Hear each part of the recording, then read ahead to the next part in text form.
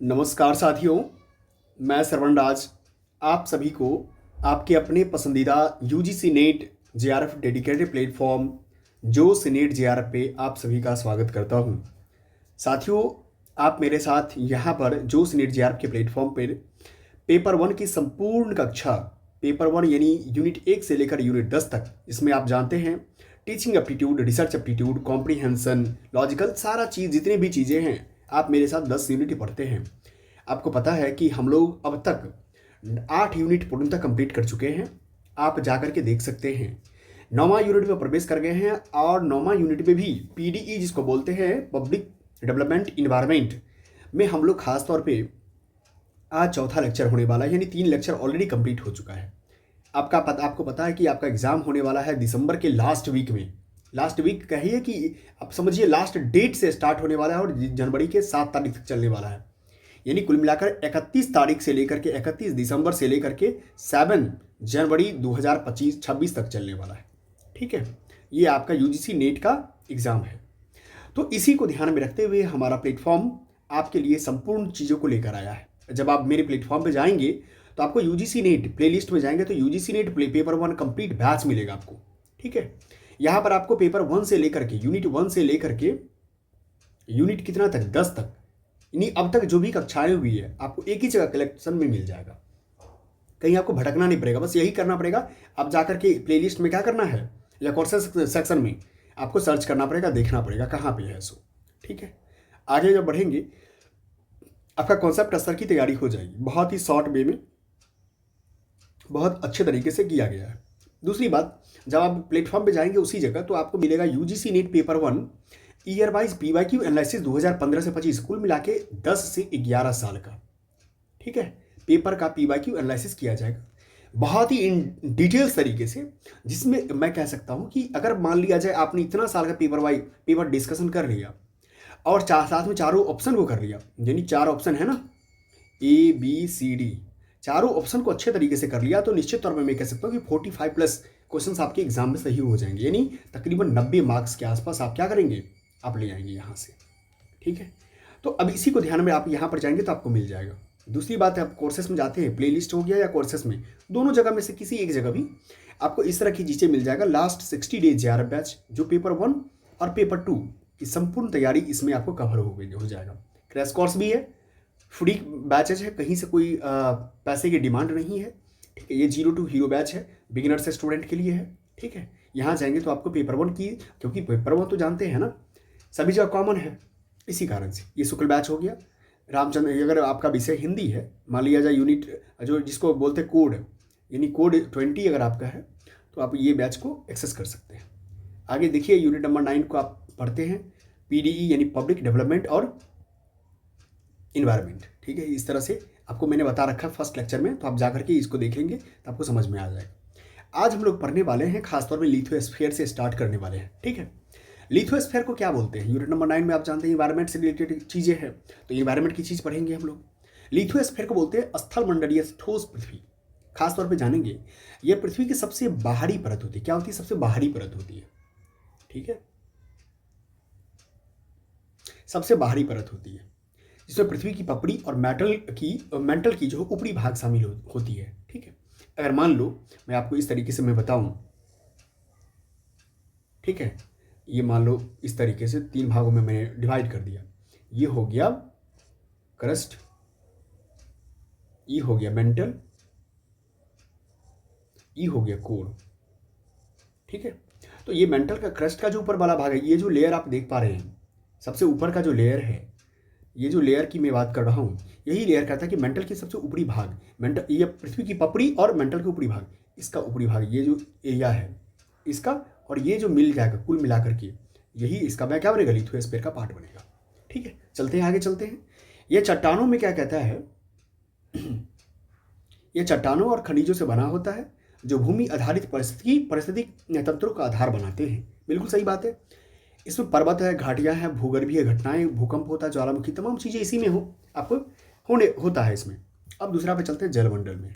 ठीक है, ये पृथ्वी के सभी जल निकायों को शामिल करता है इसमें, जिसमें समुद्र हो गया, नदियाँ, झीलें, वायुमंडल, तमाम चीज़ें जो है इसमें आ जाएगा। हाइड्रो, क्योंकि जलमंडल है ना, तो जलमंडल की बात करेगा हाइड्रोस्फीयर में। ये जीवन के लिए अनिवार्य है, क्योंकि आप जानते हैं जल जीवन के लिए अनिवार्य होता है। वैश्विक जलवायु प्रणालियों में मुख्य भूमिका निभाता है, निश्चित तौर पे जल का बहुत बड़ी योगदान है। ठीक है,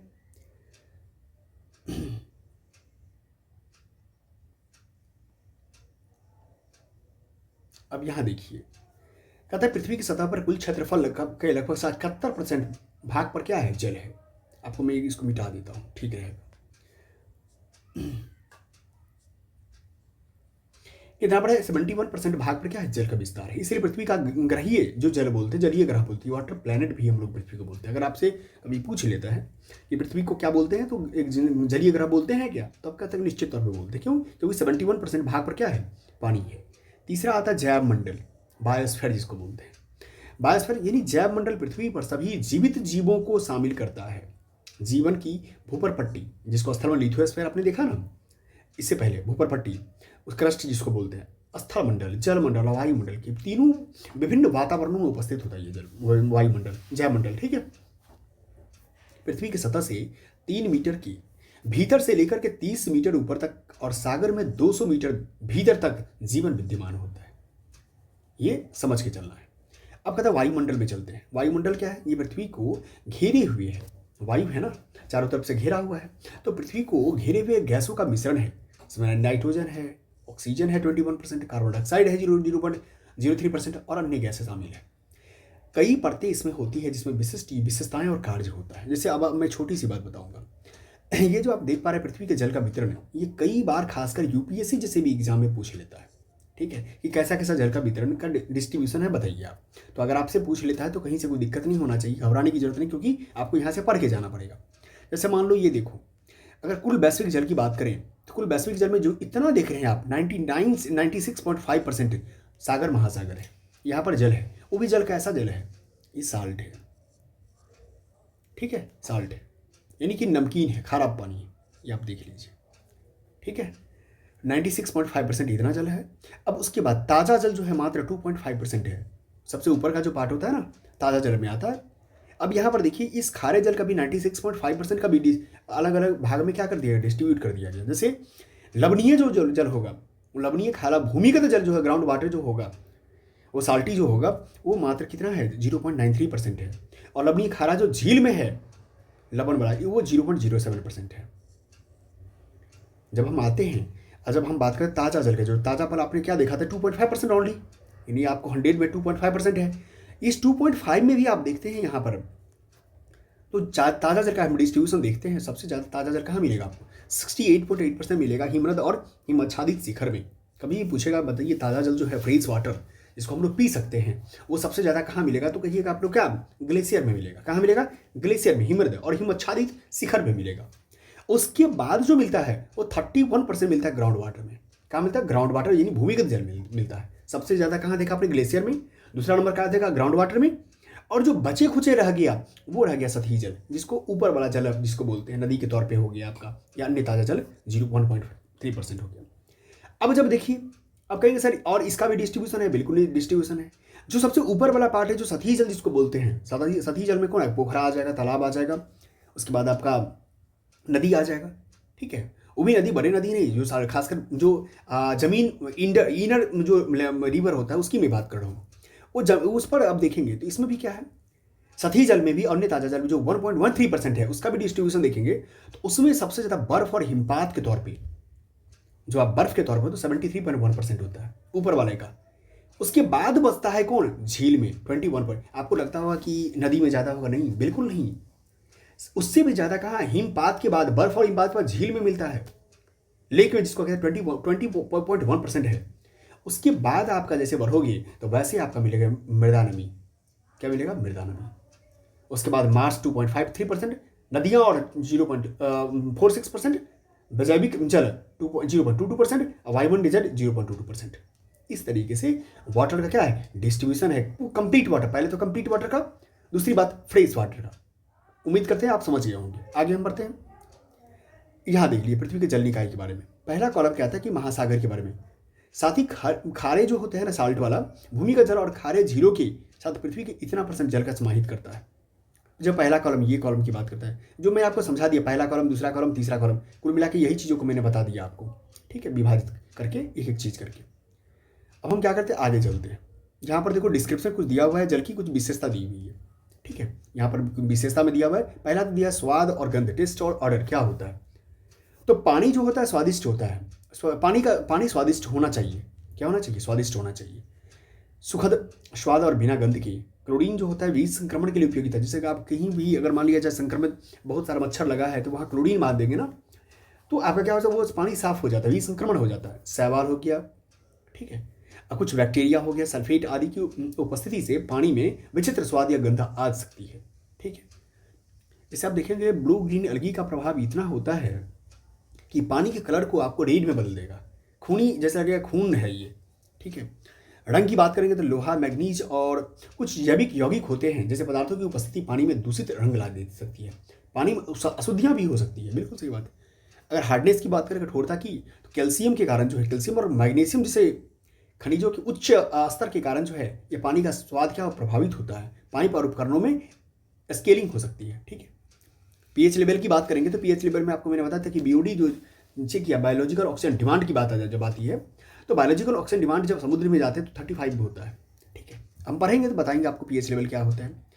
उसमें जो होता है ना, क्षारीय प्रकृति की पानी होती है, अम्लीय प्रकृति की पानी को चेक किया जाता है या अल्कलाइन चेक किया जाता है, ठीक है। पर्यावरण संरक्षण एजेंसी 6.5 हल्का अम्लीय से 8.5 हल्का क्षारीय के बीच पीएच स्तरों की सिफारिश करती है, ठीक है। हल्का क्षारीय का मतलब होता है कि अधिक हाइड्रोक्साइड आयनों की तुलना में हाइड्रोजन आयन, पाचन, बेहतर हाइड्रेशन और डिटॉक्सिफिकेशन के लिए अच्छा होता है। अधिक अम्लीय या क्षारीय स्तर से क्षरण, स्केलिंग और दूषण हो सकता है। अब बात करते हैं बीओडी लेवल का, जो घुलित ऑक्सीजन और बीओडी, इसे बीओडी और सीओडी बायोलॉजिकल ऑक्सीजन डिमांड और केमिकल ऑक्सीजन डिमांड के अंतर्गत चर्चा की जाती है, ठीक है। अब नेक्स्ट देखते हैं नाइट्रेट या नाइट्राइट स्तर की बात करते हैं। इसमें उच्च स्तर शिशु और गर्भवती महिलाओं के लिए विशेष स्तर से खतरनाक हो जाता है ये नाइट्रेट, ठीक है। इसीलिए आप देखते होंगे नाइट्रेट की कमी, ब्लू बेबी सिंड्रोम का नाम आपने सुना होगा, ये नाइट्रोजन के ही कारण होता है। रक्त जो होता है ऑक्सीजन स्तरों के साथ हस्तक्षेप कर सकता है, ठीक है। अब चलते हैं जल और रासायनिक सुरक्षा, केमिकल सेफ्टी इन वाटर के बारे में बात हो रही है। सबसे पहले जानिए कि जल प्रदूषण के अंतर्गत इन तत्वों को से संबंधित रोग के बारे में। सबसे पहले पदार्थ आर्सेनिक के बारे में आपने सुना होगा, कई जगह देखे होंगे कि खासतौर पर सल्फर और ऑक्सीजन आर्सेनिक के कारण जो है, जहाँ फ्लोराइड के कारण क्या होता है कि आपको खासतौर पे दांतों में जो है ना कालापन आ जाता है या पीलापन आ जाता है, ये सब चीज़ों का लक्षण होता है इसमें। जैसे देखो आर्सेनिक है, जो एक्सेप्टेबल लेवल होता है 10 माइक्रोग्राम पर लीटर होता है, और यहाँ देखो जो सब्सटेंस आर्सेनिक के बारे में, कैडमियम के बारे में, फ्लोराइड के बारे में, क्रोमियम, सीसा, निकेल, पारा और तांबा, ये आपका स्वीकार्य एक्सेप्टेबल लेवल है, ये होना चाहिए। लेकिन होता क्या है, गलत होता है। सबसे पहली बात, जो माइक्रोग्राम की बात कर रहा है, ये जो मैंने आपको बता ही दिया, 1 gram is 10 lakh microgram, 1 million microgram. इसी प्रकार 1 mg मिलीग्राम का 1 ग्राम का 1000वां भाग होता है। ये तो आपको सिर्फ मैथमेटिकल जो चीज़ें होता है ना, उसके बारे में बता दिया गया। अब आता है टीडीएस के बारे में। टीडीएस वो मत समझ, टैक्स डिडक्शन की मैं बात नहीं कर रहा हूँ, इकोनॉमिक्स की शब्द होती है वो। ये टीडीएस होता है टोटल डिजॉल्व्ड सॉलिड्स के बारे में, कि किसी पानी में या किसी लिक्विड्स में टोटल जो सॉलिड्स कितने डिजॉल्व्ड है, मिला हुआ है, घुला हुआ है, ठीक है।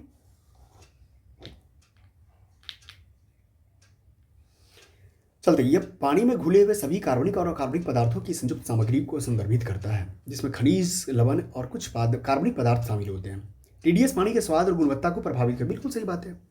अगर मान लिया जाए किसी सॉलिड्स में किसी लिक्विड्स में अगर बहुत ज़्यादा अगर मान लो कि कार्बनिक और अकार्बनिक पदार्थों की मात्रा हो जाएगा तो फिर वो पानी एग्जैक्टली बचेगा ही नहीं। जैसे 300 ग्राम मिलीग्राम पर लीटर से अगर कम टीडीएस है तो फीका या स्वाद रहित रहेगा ये, ठीक है। 300 से 600 रहेगा तो पानी के स्वाद को बढ़ा सकता है, अधिक स्वादिष्ट बना सकता है इसको। अगर मान लो 1000 ग्राम पर लीटर से अगर वार्षिक है तो कड़वा, नमकीन या धात्विक स्वाद आ सकता है, इसमें पीने के लिए उपयुक्त तो नहीं हो सकता। अब आगे चलते हैं। भारत में मानसून को प्रभावित करने वाले जलवायु पैटर्न के बारे में बात हो रही है, ठीक है। अब कहता है क्या कि भारत में मानसून को प्रभावित करने वाले जलवायु पैटर्न देख लीजिए। एक तो जानते हैं अल नीनो, ला नीनो का नाम सुना होगा, जो पश्चिमी वेस्टर्न होता है, वेस्टर्न डिस्टर्बेंस, पश्चिमी विचरण के बारे में, विक्षोभ के बारे में बात करते हैं। ये सब जोग्राफिकल टर्म्स है, बट आपको मैं इसीलिए पढ़ा रहा हूँ क्योंकि आपने देखा होगा इसमें जो पीडी का 9 जो है, ई फॉर इन्वायरमेंट होता है। इन्वायरमेंट का मतलब इसमें सारी चीज़ें आ जाती है, ठीक है। तो ये सब मैं ऑलरेडी जब यूपीएससी का मैं पढ़ाता हूँ तो उसमें बताते हैं कि अल नीनो क्या होता है, ला लीना क्या होता है, इंडियन ओशन डायपोल क्या होता है। ये सच बताऊँ तो ये सब यूपीएससी का टॉपिक है। यूपीएससी वाले में इंडियन ओशन डायपोल से भी क्वेश्चन आया हुआ है, ला लीना अलिनो से आता ही है, पश्चिमी विक्षोभ से भी क्वेश्चन, जो पश्चिमी विक्षोभ को बोलते हैं वेस्टर्न डिस्टर्बेंस। मैं फिर भी बताता हूँ यहाँ पे। सबसे पहले समझो एल नीनो क्या होता है और ला लीना क्या होता है। इसको अलिनो जब आपके अंदर क्या होता है कि अलिनो का इंसो, अलिनो दक्षिणी, इसको बोलते हैं अलिनीनो साउथ ऑसिलेशन बोलते हैं, ठीक है। यह उष्णकटिबंधीय जो होता है प्रशांत महासागर के महासागरीय तापमान में उतार चढ़ाव से विशेषता है, ठीक है। अलिनो के कारण क्या होता है हमारे भारत में, भारत की परिप्रेक्ष्य में बात करें तो अलिनो के कारण तो भारत में क्या हो जाता है, सुखाड़ आ जाता है, ठीक है, बारिश नहीं होती है। और लालीना से क्या होता है, हमारे यहाँ बारिश काफ़ी ज़्यादा हो जाती है। और जस्ट अलिनो के बाद देखो लालीना, ये इंसो जो होता है जो अल नीनो साउथ ऑसिलेशन का ही शीतल चरण है। क्या है, ये गर्म चरण था, हीट वाला था, गर्मी वाला था, और ये शीतल चरण है जो समुद्र के सतह के तापमान में औसत से कम होने से जुड़ा होता है। अब चलते हैं यहाँ। अब पश्चिमी विक्षोभ, पश्चिमी विक्षोभ की बात करोगे ना तो पश्चिमी विक्षोभ समझने के लिए आपको थोड़ा समझना पड़ेगा ज्योग्राफिकल टर्म्स। मैं यहाँ उचित नहीं समझता हूँ, फिर भी मैं बता देता हूँ आपको, ठीक है। जैसे मान लो ये भारत का नक्शा है, जो वेस्टर्नी डिस्टर्ब जो हिंद खासकर भूमध्य सागर से जो उठने वाली चीज़ें होती है इस तरह से आती है, और इसके टकराने के बाद नीचे होकर के क्या होती है, इस तरीके से आती है। और ये कारण के कारण खासकर पंजाब हो गया, हिमाचल हो गया, उत्तराखंड हो गया, बिहार, उत्तर प्रदेश हो गया, बंगाल, यहाँ पर जो खासकर ठंडी में, ठंडी के समय में, यानी ठंडी के मौसमों में जो बारिश होती है, जो बारिश खास तौर पे किसके लिए, जो गेहूं की सिंचाई, गेहूं के लिए काम आ जाता है, बहुत लाभदायक होता है। उसको क्या बोलते हैं, पश्चिमी विक्षोभ बोलते हैं। यह मौसम प्रणाली जो भूमध्य सागर से उत्पन्न होती है, नमी लाती है। बिल्कुल समझ गए। अब अच्छा, Indian ocean dipole, Indian ocean dipole के बारे में बात करेंगे तो ये सबसे पहले हिंद महासागर में होता है, ये ध्यान रखना है। ये उष्णकटिबंधीय महासागर, हिंद महासागर और भारतीय महासागर के समुद्र की सतह के तापमान में भिन्नता संबंधी, बिल्कुल सही बात है। बहुत कम यहाँ पर जानकारी दिया हुआ है, आप लोग को भी उतना ही जानना चाहिए। अब चलते हैं आगे। प्रमुख वायुमंडलीय परतें होते हैं, मेन एटमॉस्फेरिक लेवल के बारे में देख लेते हैं। आपको याद होगा जब मैं एक दिन क्वेश्चन करवा रहा था, जब आप चाहेंगे वही जो मैं आपको बोला है ना कि पीवाईक्यू का एनालिसिस के बारे में, पीवाईक्यू एनालिसिस 15 से 2000, 15 से 25 बारे में, तो मैं एक पेपर करवा रहा था, पेपर रिसेंटली करवाया हूँ 2025-2024 का। तो उसमें मैं बता रहा था कि देखो किस तरीके से क्वेश्चन आता है, ट्रोपोस्फेयर क्या होता है, स्टीरियोस्फेयर क्या होता है, मीसोस्फेयर क्या होता है, आयनोस्फेयर क्या होता है, आयनो व एक्सोस्फेयर क्या होता है, और आयनों और एक्सो को मिल करके थर्मोस्फेयर होता है। तो मैं आपको बताऊंगा भी, क्योंकि आप तो पढ़ाई कर रहे हैं तो निश्चित तौर पे आपको ये जानने का पूर्ण अधिकार है, ठीक है। चलते हैं।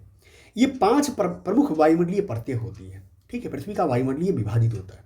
अब पहला सबसे चलते ट्रोपोस्फेयर, क्षोभ मंडल जिसको कहते हैं। आपको अगर सिंपल भाषा में समझना हो ना, इसको ऐसे समझना, 1 2 3 4 5 ऐसे समझ लोगे तो ज़्यादा आसानी रहेगा, क्योंकि ये मान लो कि आपका जैव मंडल है या वायुमंडल है, ऊपर की ओर डायरेक्शन समझना कि ऊपर आकाश की ओर बढ़ रहा है, बस समझने के लिए।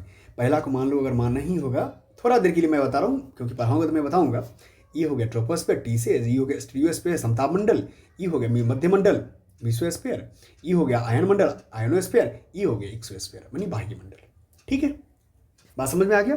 चलिए आगे बढ़ते हैं।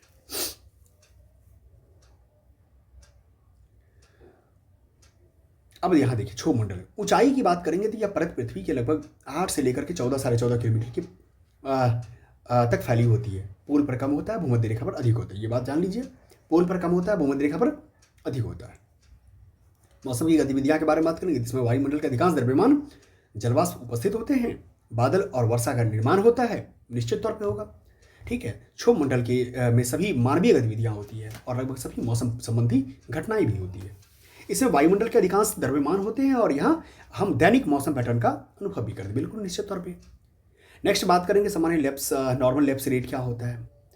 क्षोभ मंडल के लिए विशेष, क्षोभ मंडल की विशेष है जो ऊंचाई में वृद्धि के साथ, जैसे जैसे ऊंचाई बढ़ती है ना तो क्या होता है, तापमान में कमी आती है, बिल्कुल निश्चित तौर पे। प्रेशर भी क्या होता है, कम होता है। जितना प्रेशर आपको जहाँ बैठे हैं वहाँ है, मैं आपको कह रहा हूँ जहाँ बैठे हैं जितना प्रेशर आपको वहाँ पर स्टेबल कर रहा है उतना प्रेशर ऊपर नहीं मिलेगा, ठीक है। इसीलिए आप जानते होंगे जब पहाड़ी एरिया में जब जाएंगे ना तो आपका ब्लड सर्कुलेशन बढ़ जाता है, आरबीसी की संख्या बढ़ जाएगी आपके शरीर में। दूसरी बात, आपका हाँफने की प्रक्रिया जो है, मतलब सांस लेने में दिक्कत आपको होना शुरू हो जाएगी। ब्लड प्रेशर क्या हो जाता है, वहाँ पर जाने के बाद चीज़ें बदल जाती है। ये कमी आमतौर पर प्रति 1000 मीटर ऊंचाई लाभ पर लगभग 6.5 सेंटीमीटर होती है, ठीक है। अब यह दर स्थानीय मौसम की स्थितियों के कारण भिन्न हो सकती है। यह जलवायु और मौसम पैटर्न और मौसम विभाग से के साथ जुड़ा हुआ है। अब कन्वेक्शन मंडल क्या है? कन्वेक्शन मतलब संवहन मंडल के बारे में बात हो रही है। अब संवहन तीव्र चलने वाली जो जेट धाराएं होती है, जेट धारा याद रखना है कि ऊपर और नीचे, जैसे मान लो कि मैं कितना बताऊँ यार, ये ज्योग्राफी का विषय है नहीं, लेकिन ये देखो, ये मान लो बीच का मेडिटेरियन लाइन हो गया, ठीक है, इसको भूमध्य रेखा बोलते हैं। ये बीच का हो गया, इस तरह समझिए। ये ऊपर और नीचे, इधर से और इधर से नीचे जेट धाराएं इसी के बीच में बहती है, ठीक है। पश्चिम से पूर्व, ये मान लो कि वेस्ट हो गया, ये ईस्ट हो गया, ठीक है, वेस्ट टू ईस्ट आपको खास करके ये चलती है जेट धाराएं। तो क्या लिखिए, जेट धाराएं इसी मंडल में चलती है। कहाँ? क्षोभ मंडल में, जो कि हवाई जहाज़ों के गति प्रदान करती है आपको। जैसे मान लो कि हवाई जहाज जैसे इधर से इधर आ गया तो क्या गति प्रदान करेगा ना। इसीलिए आप देखोगे कि खास करके जो इस जेट धारा की जेट स्टीम के कारण ही जो है ना, खासकर जो समुद्र में जो वेस्टर्न जो खासकर वो लोग होते थे, आप एग्जाम्पल में ले लो, ब्रिटिशर्स को ले लो, जो उस दौर में भारत पर जो आक्रमण करने के लिए आया, तो वहाँ से जब नदी लेकर के चलता था भारत के लिए, तो बहुत आसान होता था वो उसको चलना, ठीक है। आगे चलते हैं, यदा कदा मैं आपको बताते रहूँगा इस तरह की चीज़ें, ठीक है, तनाव नहीं लेना है। अब चलते हैं क्या, समताप मंडल, जिसको कहते हैं समताप मंडल को स्ट्रेटोस्फीयर बोलते हैं। यह परत क्षोभ मंडल के ऊपर लगभग 50 किलोमीटर तक फैला होता है। यानी आपने पहला क्या देखा तापमान में, सॉरी डिस्टेंस में, 8 किलोमीटर से कितना था, 14 किलोमीटर तक, और ये क्या हो गया 50 किलोमीटर तक। मोती के बादल, इसको पर्ल ऑफ क्लाउड्स बोलते हैं इसको। ये विशेष मेघ होता है, मेघ मतलब बादल होता है, पृथ्वी की सतह से लगभग 15 से 25 किलोमीटर तक की ऊंचाई पाई जाते हैं। ये समताप मंडल के नीचे भाग में स्थित होते हैं। इसको पर्ल ऑफ क्लाउड्स या नेक्रियस बोलते हैं, मेघ या पोलर स्ट्रेटोस्फेरिक बोलते हैं, पीएससी के रूप में जाना जाता है। ये अपनी असामान्य चमक और रंग के लिए प्रसिद्ध होते हैं, जो सूर्य के प्रकाश को परावर्तित करने और विभाजित करने के उनके अनूठे ढंग के कारण जाना जाता है, ठीक है। अगर ओजोन परत की बात करेंगे, जो आपने ओजोन लेयर का नाम सुना होगा, तो वही ओजोन लेयर इसी समताप मंडल में मिलता है। ये ओजोन लेयर, ये आपसे कभी पूछा जा सकता है कि ओजोन लेयर का कहाँ उपस्थित होता है समताप मंडल में। ये लगभग 15 से 35 किलोमीटर ऊपर स्थित होता है। ये परत सूर्य की हानिकारक पराबैंगनी अल्ट्रावायलेट रे को से रक्षा करती है, बिल्कुल आपको पता होगा। ये अल्ट्रावायलेट सी और अल्ट्रावायलेट बी के बारे में जान लेते हैं। अल्ट्रावायलेट सी का पूरा जो अवशोषण होता है, और अल्ट्रावायलेट बी का आंशिक अवशोषण यहाँ होता है। कहाँ पे? इस समताप मंडल में। एक पॉजिटिव होता है कि निगेटिव होता है। जलवायु की प्रभाव की बात करेंगे, समताप मंडल में रासायनिक और तापीय गुण पृथ्वी की जलवायु और मौसम पर महत्वपूर्ण प्रभाव डालता है, ठीक है। अब यहाँ देखो, जो मैं आपको कहना चाह रहा था वो यही दिख रहा है आपका। सबसे पहला क्षोभ मंडल हो गया, ये समताप मंडल हो गया, ये मध्य मंडल है, ताप मंडल है, और बाह्य मंडल हो गया, ठीक है। यहाँ पर थोड़ा सा हो सकता है ब्लर दिख रहा होगा, बट चीज़ें आपको मैं शुरुआत में ही बता दिया है कि जिससे आपको दिक्कत ना हो। अब चलते मध्य मंडल, मेसोस्फीयर में। यह परत कितना है, 50 से लेकर के 85 किलोमीटर के बीच तक फैलेगा। यह उल्का पिंड के जलने के स्थान है। यहाँ उल्का पिंड जो होता है ना, यही जलता है मध्य मंडल में। इसको शूटिंग स्टार्स भी बोलते हैं। क्या बोलते हैं? शूटिंग स्टार्स के रूप में देखा जाता है। यह पृथ्वी के वायुमंडल का सबसे ठंडा भाग होता है। क्या होता है? ठंडा भाग होता है। तापमान -90 डिग्री सेल्सियस तक गिर सकता है इसमें। अब आप आयन मंडल देखते हैं।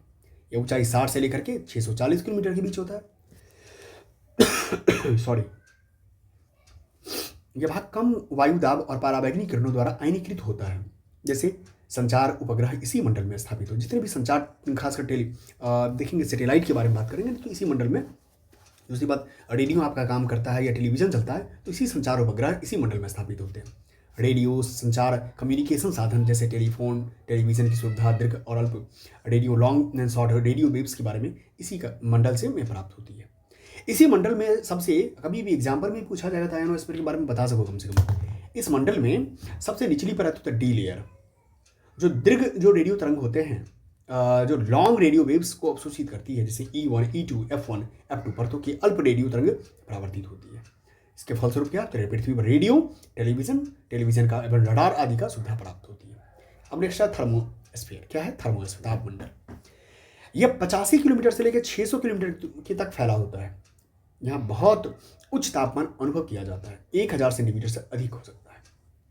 जो आपका हमने क्या सुना, अरुणाज का नाम सुना होगा। अरुणाज के कारण जो है उत्तरी और दक्षिणी रोशनी यहाँ उत्पन्न होती है। अधिकांश उपग्रह जो होता है, सैटेलाइट, इस क्षेत्र में पृथ्वी की कक्षा में रहते हैं, तापमंडल थर्मोस्फीयर में। अब लास्ट में एक्सोस्फीयर का नाम दिया है। यह थर्मोस्फीयर के शीर्ष से लगभग 10,000 किलोमीटर तक फैला होता है। यह वायुमंडल की सबसे बाहरी परत होती है, धीरे धीरे अंतरिक्ष में मिल जाता है और यह हाइड्रोजन और हीलियम जैसे हल्के गैसीय तत्व होते हैं। क्या होता है? हाइड्रोजन और हीलियम जैसे गैसीय तत्व होते हैं। ठीक है, अब हम आगे चलते हैं। अब यहाँ देखेंगे, अब नेक्स्ट आता है इसमें हमारे वन संसाधन। क्या आता है? हमारे वन संसाधन के बारे में, आवर फॉरेस्ट रिसोर्सेस। ठीक है, देखते हैं फॉरेस्ट रिसोर्सेस के बारे में। आपको मैं देख लेता हूँ कि अगर यहाँ से पढ़ाने के लिए काफ़ी ज़्यादा है, वैसे प्राकृतिक आपदा उनके बाद मिलता है, तो फॉरेस्ट रिसोर्सेस के बारे में कहेंगे तो नेक्स्ट मैं लेक्चर में भी पढ़ा सकता हूँ। ठीक है, चलो कोई नहीं, ऐसा करते हैं ना, ये फॉरेस्ट रिसोर्सेस का है, नेक्स्ट चैप्टर में हम लोग पढ़ लेते हैं। ठीक है, आराम आराम से पढ़ना है, कहीं से कोई दिक्कत की बात है नहीं, तो निश्चित तौर पे आराम से पढ़िए, क्योंकि ये ऐसा चैप्टर है कि आपको समझना बहुत ज़रूरी है। आपके लिए, आपको याद होगा मैं कहानी बता रहा हूँ छोटी सी, बस एनर्जी के तौर पे आप समझना इसको। जैसे मान लो कि आपका पीएचडी में, जैसे आपने नीट का एग्ज़ाम दिया और आपका जो है सो 3 कैटेगरी होता है, आपको पता ही है, मैंने बता रखा है। एक पीएचडी वाला होता है, एक नेट वाला होता है, एक जेआरएफ वाला होता है। सपोज करो कि आपका नेट नहीं हुआ, यानी पीएचडी तो हो गया है, नेट नहीं हुआ। जैसे 4 केस में बता रहा हूँ। एक क्वेश्चन के लिए, 1 से 2 क्वेश्चन के लिए आपका पीएचडी छूट जाता है, 1 से 2 क्वेश्चन के लिए नेट छूट जाता है और 1 से 2 क्वेश्चन के लिए जेआरएफ छूट जाएगा। उस दिन आपको लगेगा कि अगर एक एक क्वेश्चन आपके लिए महत्वपूर्ण होता है, इसलिए तैयारी आपको पेपर 1 या पेपर 2 हो, आपको तैयारी उतनी ही। हाँ, अंतर बस यही कि यहाँ पर 50 क्वेश्चन रहता है और यहाँ पर 100 क्वेश्चन। अगर मान लो यहाँ पर आप 2 घंटा देते हो तो यहाँ पर 4 घंटा देते हो। तैयारी करने के बारे में बोल रहा हूँ, बाकी तो एग्ज़ाम की बात करेंगे तो यहाँ 1 घंटा में लोग निपटाता है और यहाँ पर 2 घंटा लोग लेता है, टोटल 3 घंटा का टाइम मिलता है आपको। ठीक है, तो दुगुना समय आपको देना भी चाहिए निश्चित तौर पे, क्योंकि आपका वो विषय है और ये आपका क्या होता है, सभी के लिए सामान्य है आपका। लेकिन मार्क्स दोनों में उतना ही जुड़ते हैं, यहाँ भी प्रत्येक क्वेश्चन का 2 मार्क्स मिलता है और यहाँ भी प्रत्येक क्वेश्चन का 2 मार्क्स मिलता है। तो आप यहाँ से अगर मान लो 45 सही कर लेते हो तो 45 दूनी 90 यहाँ हो जाएगा। ठीक है, कटअप के बारे में भी मैंने बता रखा है, आपको शॉर्ट्स में जाकर देख लोगे तो चीज़ें इसी तरीके से आपको सर्कुलेट करता है। तो आपको तैयारी जो है ना इसी प्रकार से करनी पड़ेगी कि ये आपका इक्वल मतलब डिस्ट्रीब्यूशन होना चाहिए। ऐसा नहीं कि मतलब आपने किसी को, जैसे मैंने बता दिया 2:1 का रेशियो आपने लगाया, ये इस पर देंगे आपके पेपर 2 पे और ये देंगे पेपर 1 पे, बस इसी तरीके से सोच के चलना है आपको। फिर जाके देखो कि आपका तैयारी कैसे होता है इसको। ठीक है, बाकी मैंने स्ट्रेटजी टॉक भी कर दिया है कि 60 दिनों में कैसे करेंगे, तो आप जरूर जाके देख लेना आप। ठीक है, चलो कोई नहीं, यहाँ जो है ना ये क्लास हमारे वन संसाधन पर फॉरेस्ट रिसोर्सेज जो है, मैं बताऊंगा कि किस प्रकार से कैसे काम करते हैं भारत में वन संसाधन के रूप में, कैसे कैसे चीज़ें हमारे पास है, इकोनॉमिक वैल्यू क्या है, बायोडाइवर्सिटी क्या होता है और इन्वायरमेंटल इंपॉर्टेंस क्या होता है, हर चीज़ों को लेकर वन के बारे में बताएंगे हम आपको। ठीक है, चलिए गुड बाय। जाइए पेपर 1 को भी देखना है, पेपर 2 को भी, दोनों को देखना है। ठीक है, बाय।